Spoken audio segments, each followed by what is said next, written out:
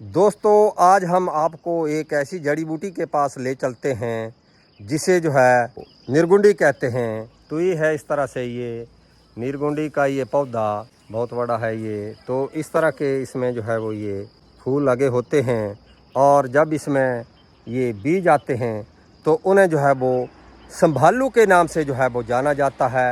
यह जो है वो एक बहुत ही महत्वपूर्ण औषधीय पौधा है और इसे आम जीवन में जो है वो प्रयोग किया जाता रहा है। आज तो लोग इसके गुणों से परिचित नहीं हैं, लेकिन पुराने ज़माने में इसका डेली लाइफ में जो था प्रयोग किया जाता था। दोस्तों प्राचीन काल से ही व्यक्ति जो है वो इस निर्गुणी के पंचांग का विभिन्न प्रकार से प्रयोग करता आया है। तो जिस तरह से प्राचीन काल में व्यक्ति इस निर्गुंडी की इस लकड़ी की दातुन किया करते थे, जिससे उनके दांत और मसूड़े जो थे वो 100 साल तक जो स्वस्थ और मजबूत बने रहते थे। इससे हमें जो है वो दो प्रकार का फायदे, एक तो हमारे दांत और मसूड़े मजबूत बने रहेंगे, दूसरे हमारे पैसे की भी बचत होगी।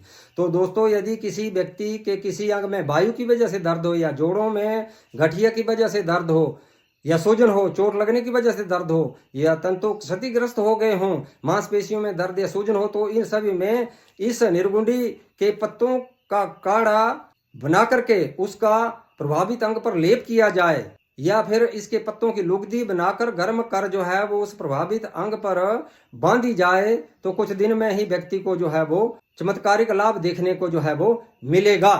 यदि किसी व्यक्ति के लीवर में सूजन हो, पेट में अफारा अपच दर्द आदि हो, तो इसके काढ़े का कुछ दिन तक सेवन करने से व्यक्ति को जो है वो अद्भुत तथा चमत्कारिक लाभ देखने को मिलते हैं। यदि पेट में कृमि भी हो तो वे भी मर जाते हैं।